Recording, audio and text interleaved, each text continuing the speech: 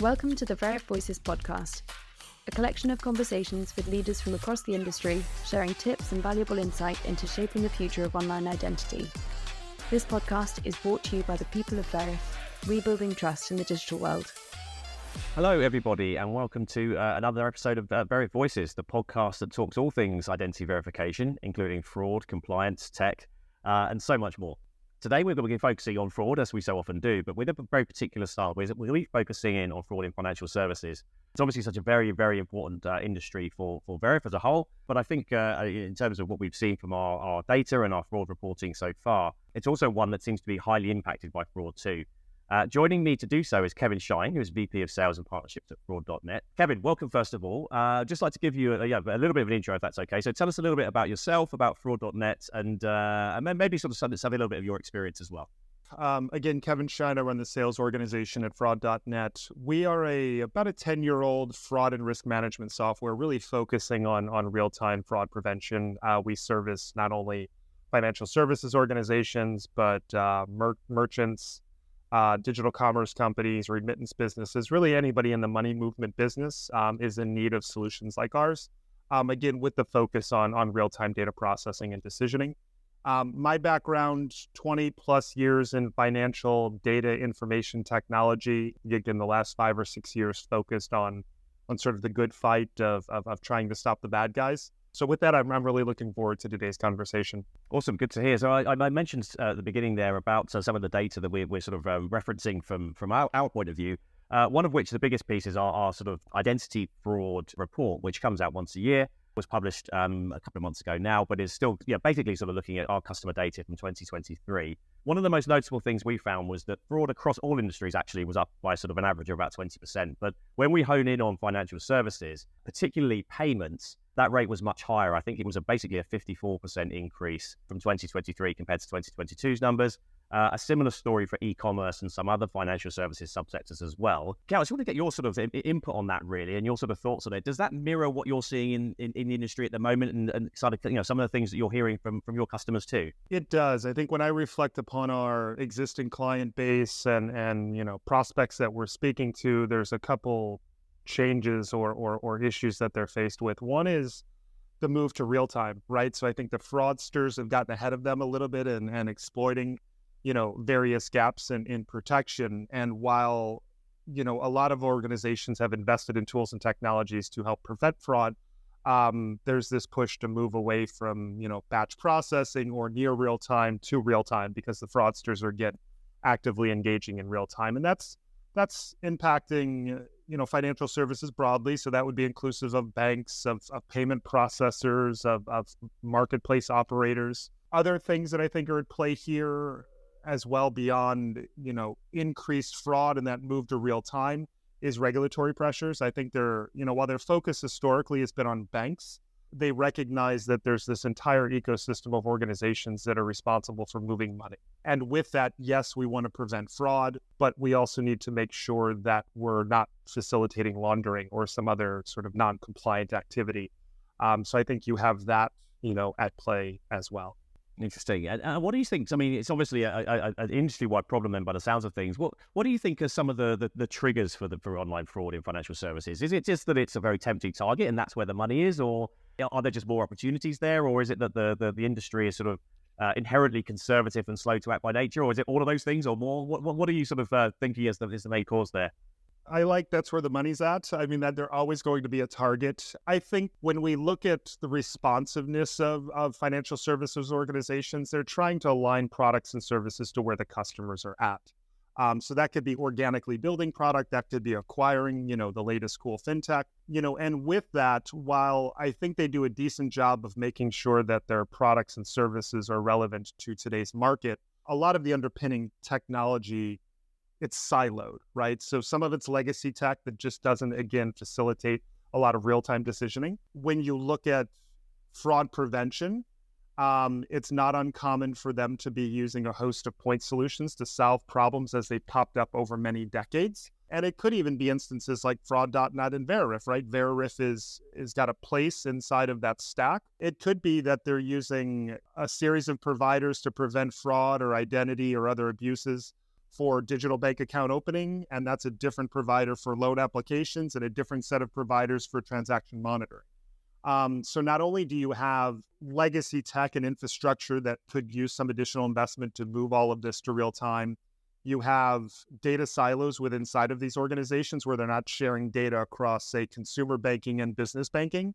And then they've acquired solutions and made the investments to stop problems. But us as an industry, aren't necessarily communicating to one another. And I think that's what gets us at fraud.net excited about these type of engagements with Veriff, is identifying those opportunities to reduce latency, right? If we can create some connectivity amongst ourselves and we have common customers, we can drive additional value to them, reduction in latency, elements of data sharing, just delivering more value. So we can either wait for our clients to do it, or I think as an industry, increasingly, we're trying to come together to help collectively solve some of these problems for our clients. But it is also where the money's at. Interesting. And just to dive into something you mentioned there actually about sort of legacy tech in particular, are you finding that the industry is, obviously it feels like we've been talking about digital transformation journeys for maybe about 10, 15 years, but are you finding that the legacy tech issue is still something that's very prevalent, and the sort of financial services institutions are still very wedded to sort of technology that they've had for some time, and it may be that technology is not necessarily up to speed for the challenge that they're facing today? Yeah, you would be surprised, or maybe not. Yes, digital transformation has been going on forever, and I suspect it will continue to go on forever. Moving away from in-house systems that they would have built, 5, 10, maybe 20 years ago that were satisfactory at that moment in time, but the pace at which, again, customer demands are changing, the threat landscape from bad actors has changed so rapidly, they just don't have those tools. They're not making that reinvestment inside of internal tools and technologies, which is making them look outwardly. And then I think too, the latest and greatest tools and technologies that maybe they invested in, 10 or 15 years ago haven't also kept pace. And I think they're always outwardly looking for, new solutions to mitigate, further risk or further fraud. And I think, again, that's where they find themselves acquiring a series of point solutions over many, many years, which is great that they're making the investment.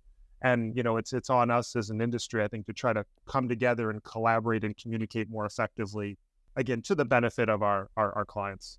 Absolutely. And would you say that's the case? Obviously, fraud.net is an international company. Would you say that's the case across different regions and geographies? Is that something that's pretty common, or is there specific sort of challenges around that depending on where you are in the world?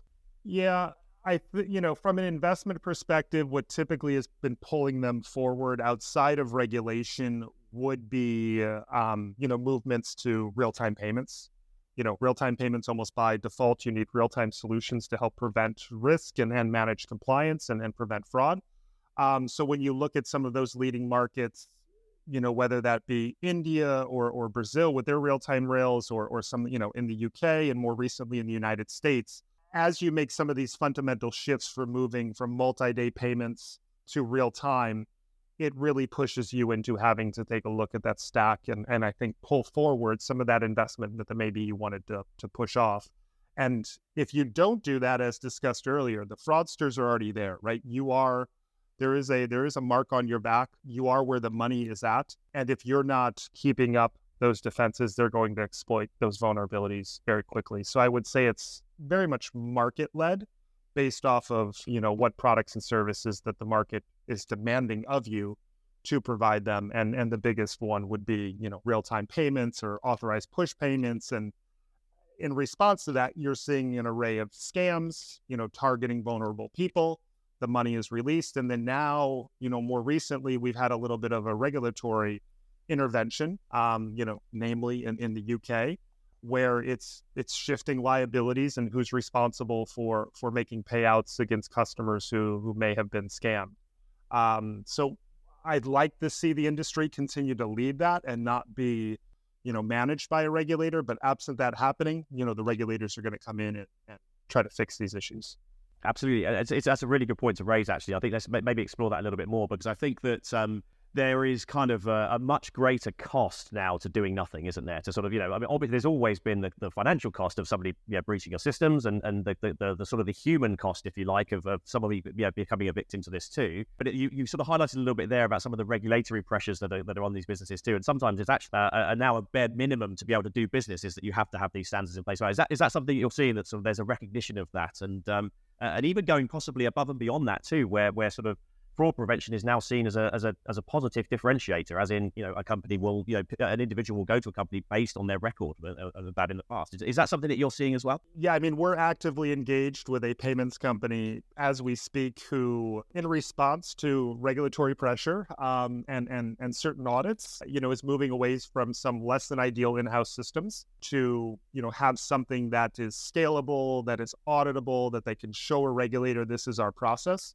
I have another client that comes to mind that is specifically working more closely with us in terms of rule writing and algorithms and ultimately decisioning in response to the regulatory changes inside of the UK, because now there's besides a negative headline, which nobody wants, there is a potential financial implication for not responding. And I think to your question around a differentiator, I've had the opportunity to talk to product teams within these organizations who are managing the relationships outwardly, and they definitely see that as a differentiator. At a minimum, leveling up to their peers so that they're, competitive, if not trying to use it as a true, market differentiator. So while a lot of my conversations in Headspace are talking to the fraud, risk, and compliance, sort of the back office side, the outwardly facing, customer facing side of things does see this as a competitive advantage. It's really interesting, actually. We can sort of, I mean, we've done some end user research recently that we'll be publishing very soon.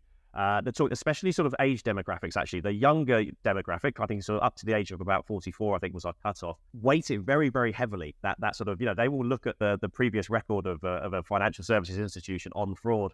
And if they don't live up to scratch, they're just not going to sort of open an account there, or they'll use it for a payment service or whatever it may be. So it's obviously something that's top of mind for consumers, and that's often the driver, isn't it? Really, I think that for businesses. No, absolutely. And I think that's also making its way into, business relationships as well. So definitely on the consumer, the availability of information, the ability to search and understand who you're going to select as a bank or other service provider is readily available these days. But I would say it's as considered on the B2B side of things as well, right? It's reputational. If you have a dependency upon a third party to deliver you a service, in order for your service to be deemed worthy, you might be the consumer-facing arm and dealing with another business to satisfy certain requirements. They're actively considering, what core capabilities that are on offer, in the same way that you alluded to, the consumers are looking at this as well. Let's switch tack a moment just to talk about the specific sort of types of fraud that some of your customers are seeing. What is it in particular? I mean, we've identified that sort of document fraud is still very prevalent. There's obviously a sort of a shift towards this sort of fear around AI. But for us, for the moment, actually, it's the more traditional types of fraud that we're still seeing by far the most of. Is that the case for you still? It is. Account takeover continues to be an issue. Synthetic identity, which I'm sure Veriff is at the forefront of trying to tackle, that initiation of opening up accounts with fake identities. Payments fraud, generally speaking, none of this is going away. We're helping contain it and hopefully slow down the growth rates. Scams continue, to be an issue, making inroads, but, I think every company, every country is at sort of a different stage of that journey. Fortunately, there are increasingly, tools to mitigate or manage these risks. But those would be some of the core issues facing our clients. Absolutely. What are some of the sort of the best practice approaches, I guess, that you'd be recommending, or that you've seen that your customers sort of proactively leading on themselves? What are some of the ways that they're sort of going about fighting some of this stuff? Yeah, I mean, a big theme is investment in AI and machine learning, for however you want to interpret that. On the other side of the house, the fraudsters are actively, utilizing these tools. And a blog post that we shared recently was around a business that unfortunately made around $25 million worth of false payments on a vendor invoice. The sophistication was deepfake. It was around phishing somebody in the accounts payable group, having them join a video call. This person saw all of their colleagues on the call. All of that was deepfake. It was AI generated. Those were not real people, instructing her to make payments against these open invoices, which she executed on because she thought these were her colleagues. That just speaks to the sophistication. So on the other side, utilizing those type of tools and tactics to try to mitigate those risks. Consortium is a big sort of stronger together, if you will. How do companies like fraud.net or Veriff or others facilitate data sharing and learned experiences? Right, we're helping protect transactions. You're helping onboard customers every second of every day. So as new clients utilize those services, what did we learn from the previous X period of time that could be incorporated into that? And then I would say from that education, it sounds a little silly, but just trying to get in front of the consumer and educate them on how to prevent becoming a victim.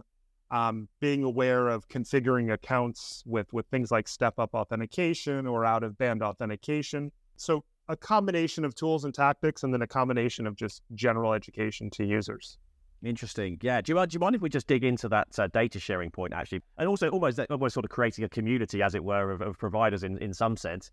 I get the impression, and this may be sort of a bit unfair, but financial services historically were very reluctant to share any of their customer data because it was the one thing that they had that sort of marked them out against anybody else. But I feel like things like open banking in the UK, other initiatives in different parts of the world as well, have mandated that sharing of data. To be fair, but do you think there's more of a willingness to go into this sort of thing and an openness, I suppose, to share data with the sort of the greater good sort of at its heart? Yeah, at fraud.net, we have an opt-in consortium. We're actively tracking, well over 1 billion digital identities. So these are theoretically people or businesses that have engaged with our clients. It's fully opt-in. All of our clients have opted in, right? So I think that speaks to the willingness to do it. I think it's one of those things that, yes, they want to have the tools and technologies to have an understanding of how decisions are being applied to their customer interactions. But they also recognize that, hey, a customer new to me may have already been doing business with an existing fraud.net customer or some other consortium. And how can we leverage that intelligence? Or, hey, another client inside of the consortium or a company inside of the consortium just had a fraud or fell victim. One of their customers fell victim to an issue. How can we share those alerts to be a bit more proactive? So yes, I think banking definitely is protective of their data, as they should be, right? At the heart of it, they're risk managers. But I think there definitely is a recognition that there is only so much you can do with your own data. You need to not only leverage, all of your historical reference data, but consortiums that are maintained by companies like fraud.net, and then using a variety of, other tools. And that's where, again, I think we look at the connectivity that we maintain with Veriff, and there's elements, I don't want to say explicit data sharing that occurs, but there is additional value that can be delivered to our collective customer by bringing all of this, orchestrating all of this data so it can be consumed by a singular rules engine or viewed inside of a singular display. When we looked at behaviors of users historically, they would be logging into multiple systems and copying and pasting information. And we're just trying to make strides in simplifying, their day-to-day. Yeah, so definitely an openness more so than there was previously. It's really interesting. I mean, we find the same thing. It's one of those fraudsters by their nature are sort of opportunistic, and so they'll probe everything, and then eventually they'll find a sort of a weakness, and then they just exploit that to the best of their abilities, I suppose. The only way to really be across that, we think, is to have this kind of fraud prevention ecosystem where you've got all of the tools available to you. You're using them to the best of their abilities. And part of that is that sort of knowing what's going on in other industries, knowing what's going on with competitors of yours as well. If there's a fraud gang from Brazil who are targeting gambling companies there, there's every chance that they'll be targeting financial services companies second and third, and as they work their way down their list. So to be able to share a little bit of that, even anonymized data to a certain extent, is a very, very powerful tool we find in preventing some of these multiple attacks like that. How much are you seeing sort of some of your customers going into that sort of educating their customers piece? Is that something that is sort of rolling out across the board? Or is that something that you take responsibility for or you help them with? Yeah, I mean, that's definitely more the responsibility of our customers. I think we see them, they're definitely more active by utilizing various digital channels to engage with their customers, maybe more so than they were previously. So I think it's a mix of education and then a mix of leveraging technology to create notifications in front of your customers, sort of where they're at, to have them be, in a position to confirm or deny certain activity.